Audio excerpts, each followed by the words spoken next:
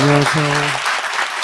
보십시다. 이재명을 이용해 문제를 공격하라.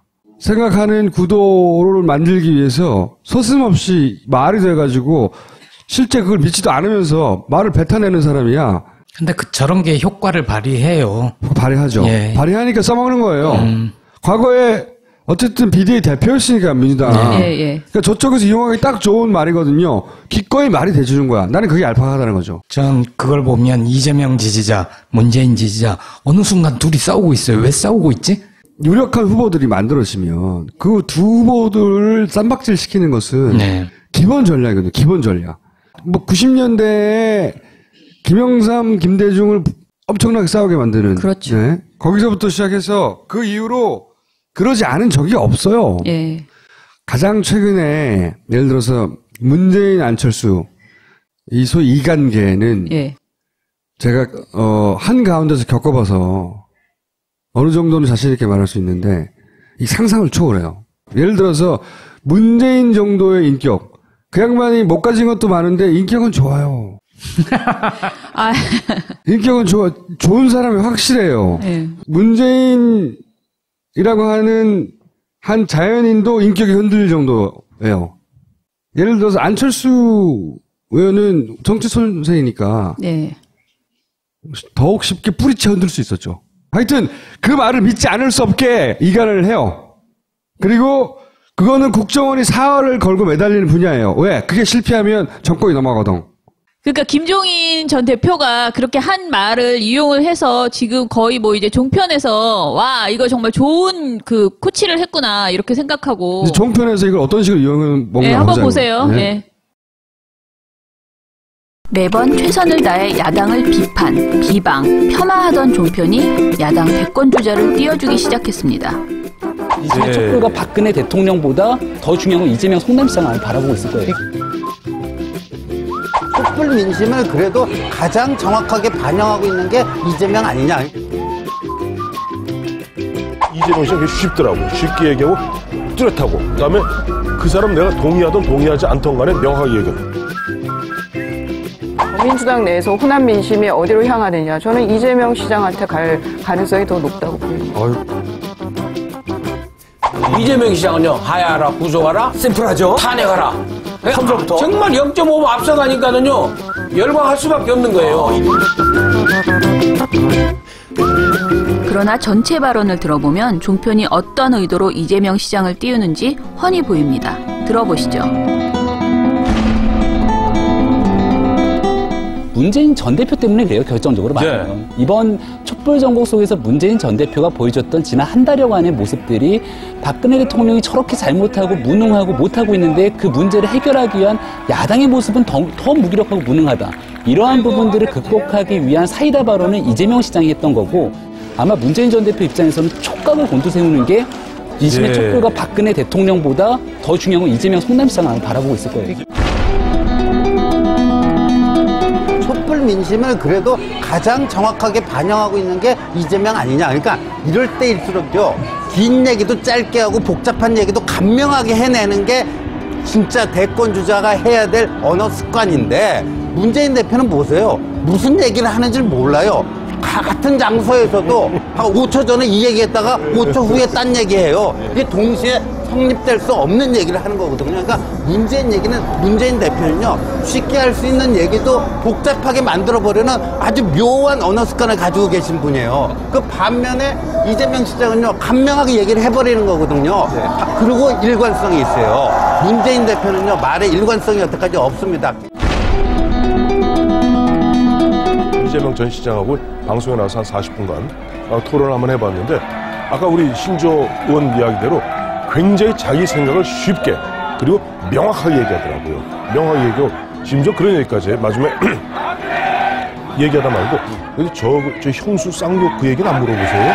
그러니까 자기 어떤 약점까지도 뭐 당당하게 그건 안 물어보십니까 하고 되물어볼 정도로 배짱도 있고 이분이 설득력 어마어마하게 좋아요. 저는 뭐 문재인 전 대표나 안철수 전 대표 같은 경우는 좀 말씀이 어려워요. 근데 이재명 씨는 쉽더라고요. 쉽게 얘기하고 뚜렷하고 그다음에 그 사람 내가 동의하든 동의하지 않던 간에 명확하게 얘기하고 뭐 또 조직력이 어떻게 보면 문재인 전 대표가 뛰어나요. 뭐 SNS에 보는 달인이더라고요. 저는 기본적으로 깔려있는 거는 조바심인 것 같습니다. 같은 당에 있는 다른 주자들과 같이 어울려가면서 이렇게 윈윈을 하고 컨벤션 효과를 보고 이렇게 같이 커야 되는데 지금 그런 발상을 전혀 못하고 있는 거.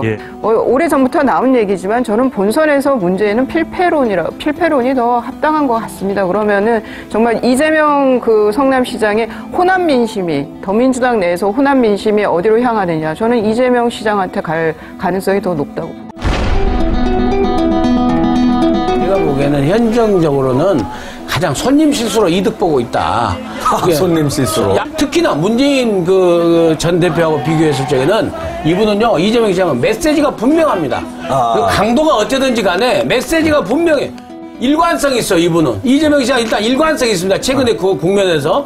아니, 문재인 전 대표 얼마나 일관성이 없지 않습니까? 아니, 각각의 거국내가 하라겠다, 명예퇴진한다겠다, 보장해준다겠다가, 다시 탄핵하라겠다가, 지금 뭐 밀란인지 탄핵인지 제도권 안에서 탄핵을 하자는 건지 국회에서 하는 건지 일관성이 없어요. 이재명 시장은요, 하야하라, 구속하라, 심플하죠? 탄핵하라. 처음부터. 정말 0.5번 앞서가니까는요, 열광할 수밖에 없는 거예요. 이걸요, 이 속도를요, 아무도 못 말립니다.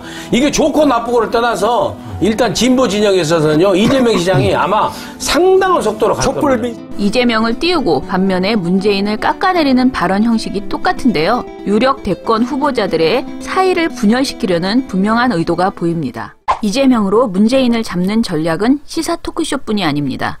지난 12일 이재명 시장이 노컷뉴스와 한 인터뷰는 TV조선 뉴스를 통해 반문재인 연대로 부풀려졌습니다.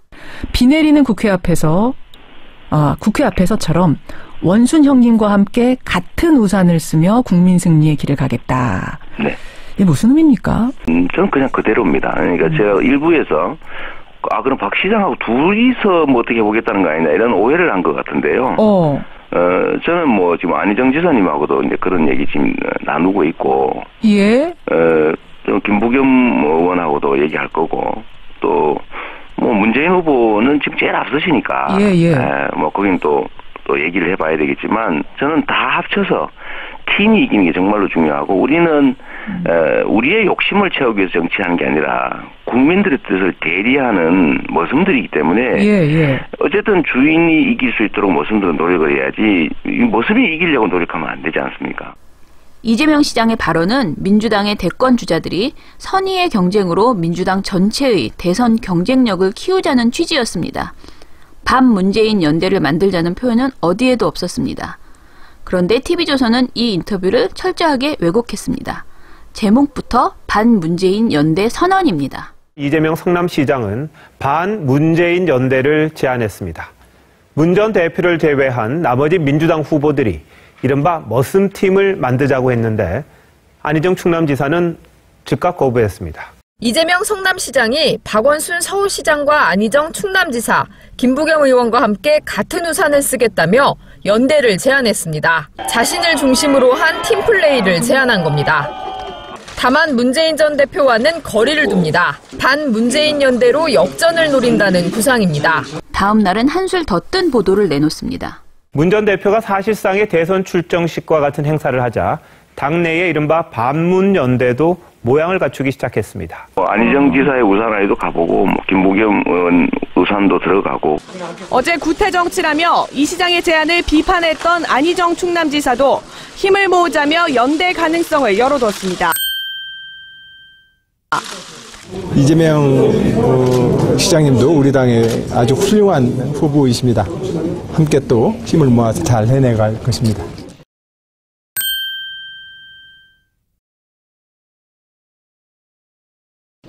박원순 서울시장도 차이보단 공통점을 보자며 조만간 밥 한 끼 하자고 손을 내밀었습니다.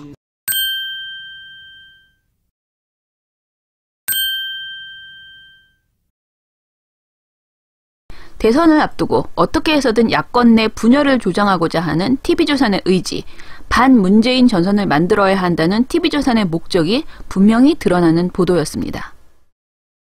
사실은 뭐 이런 표현도 등장합니다. 어느 누구도 검증에서 예외일 수 없다. 이것은 검증의 시작일 뿐이고 이렇게 원론이고 맞는 얘기인데 근데 이 원론만으로는 얘네들이 너무 사악하거든요. 사악한 무리를 이길 수가 없거든. 그래서 저는 어떤 경우에도 항상 의심해야 한다는 거죠. 내가 지금 들어가고 있는 발을 담그려고 하는 데가 어딘지, 이게 혹시 그들의 기획에 당하고 있는 건 아닌지. 후보 당사자도 마찬가지예요. 후보 당사자는 자기가 달리는 길밖에 안 보여요, 원래. 그래서 이게 상호작용이거든요. 지지자 일부가 이렇게 막 하면 후보도 자기를 지지해주는 지지자들하고 이렇게 보조를 맞춰야 된다는 생각도 들고, 서로 상호작용을 해서 막 상승해요. 그래서 안드로메다로 가요. 좀 지나면. 그거를 막을 수 있을 것 같죠?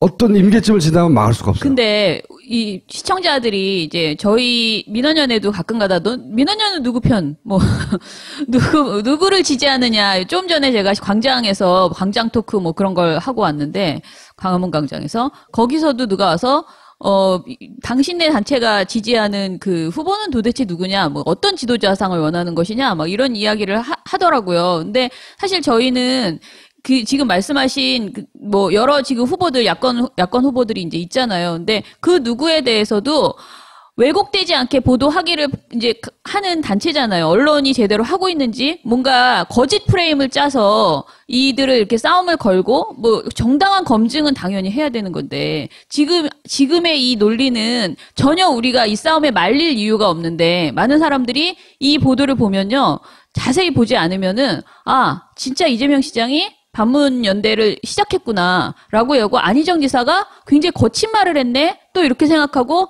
각자 자기 단위에서 자기가 지지하는 사람이 있잖아요. 그러면 자꾸 흥분이 되는 거예요. 강화 효과가 있는 거죠. 그래서 그 흥분을 만들어내죠. 의도적으로. 그러니까 거기에는 선의와 그 순수한 지지자들도 분명히 존재하나, 그 지지자들로 이런 판이 만들어지지 않아요, 절대. 그 판을 만들어 놓는데 지지자들이 끌려 들어가는 거지. 근데 점점 심해질 거예요, 그게. 당연하죠. 그렇죠. 후보 당사자도 그런 프레임에 빠지지 않을지 지지자들도 지켜봐야 돼요. 거꾸로. 그렇죠. 후보 당사자들도 그냥 한 사람의 자연인일 뿐이에요. 무슨 위대한 슈퍼맨이 아니거든. 자꾸 이런 얘기하면 마음 상해. 2012년에 가장 극에 달했던 거는 단일화 협상할 때였죠. 그렇죠. 안희정이든 이재명이든 이 당사자들한테는 더해. 더 교묘하고 다양한 방식으로. 그 지지자한테도 더하고. 잘 생각해보세요. 세월호 때 유가족들 어떻게 주저앉혔는지. 세월호라는 사건 하나를 가지고도 그렇게 하는데, 정권에 달린 일이 어떻게 할 것 같아요? 상상 가능한 모든 방법을 다 동원해서 어떻게든 찢어발리려고 한다고, 관계를. 그 범인도 김기춘이에요? 그러니까 이번에는 절대 그러면 안 된다는 거지. 여기에 어느 누구도 검증해서 얘기할 수 없습니다. 이런 정도의 명제 가지고 덤비지 말라는 거예요. 각자 위치에서 각자 할 수 있는 방식으로 이 사람이 내가 지지할 만한 후보인지 아닌지를 따져봐. 근데 끊임없이 의심해. 내가 지금 발을 달고 있는 이 판이 순수하게 그런 걸 따지는 건지, 아니면 그런 공작의 냄새가 나는 건지 끊임없이 스스로도 의심해야 해. 동시에. 보통은 이런 게 싸움이 붙으면 내 말이 맞다고 입증하려고 지랄지랄들 하게 되거든요. 각자 개인이. 자기가 맞다고. 그게 뭐가 그렇게 중요하냐고. 네가 맞는 게, 씨발.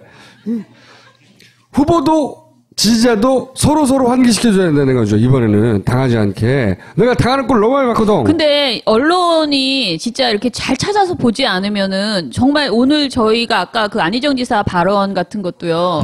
지금 보도에서 보면 안희정 지사 단호하게 뭐 거절했다 이런 식으로 나오고. 그러니까 뭔가 피가 한번만 똑 때리니까. 아니 그 어디 가서 뭐 간담회에서 잠깐 얘기한 거 이런 걸 가지고 이용하는 거거든. 저런 장면이요. 그 중에서 일부. 네, 일부를 잘라서. 그거를 사실도 아닌 방식으로 이용하거든요. 예를 들어서 야당이 잘못해가지고 지지율이 안 오르지 않냐. 뭐야, 민주당이 최고 높은데 지금. 그 지지율을 확인하지 않는다고 생각하고 그 연령대에도 막 뿌려버리는 거예요. 사실도 아닌 것을. 민주당 지지율이 30%를 넘은 건 정말 오래간만이에요. 35%예요. 그런데 민주당 지지율이 그러니까 안 오르지라고 끊임없이 얘기해. 그리고 맨날 바보라 그러고. 네, 맨날. 그리고 그러니까 문재인 지지율 계속 오르는데 안 오른다고 그래. 그럼 사실 같잖아. 그걸 너무 뻔히 얘기해. 근데 이 종편에 나온 이 양반들이, 이 소위 이제 평론가들이 자기가 그 순간순간 자유의지로 자기 분석을 해서 하는 말이 아니에요. 종편의 방송이 만들어지는 방식은 작가가 기본적으로 왁구를 짜요. 그리고 당신은 이런 말을 해달라고 해요. 그러면 그거를 납품하는 거예요. 종편을 한 이틀만 보면 결론은 문재인이라는 걸 알게 돼요. 그런데 문재인은 왜 이렇게 못하냐? 응? 근데 그 도구로 이번에는 이재명을 써보는 거예요. 이재명 시장이 그런 빌미를 주는 워딩이 있긴 있었어요. 분명히. 그런데 그리고 그걸 보고 일부를 보고 오해한 사람이거나 혹은 그런 의도가 있다고 읽었던 사람이거나 간에 그보다 훨씬 더 중요한 거는 그런 얘기를 하는 건 좋은데 혹여 내가 발 담고 있는 판이 그런 판이 아닌지 잘 봐야 한다는 거죠. 끊임없이. 그런 얘기를 하지 말라는 게 아니에요. 끊임없이 의심하고 이게 어디야? 내가 어디 있는 거야 지금? 누가 이 짓을 하고 있는 거지? 혹시 그런 거 아닐까요? 라고 서로 의지해야 돌파할 수 있어요. 예, 맞아요. 여기까지 하겠습니다. 감사합니다. 감사합니다.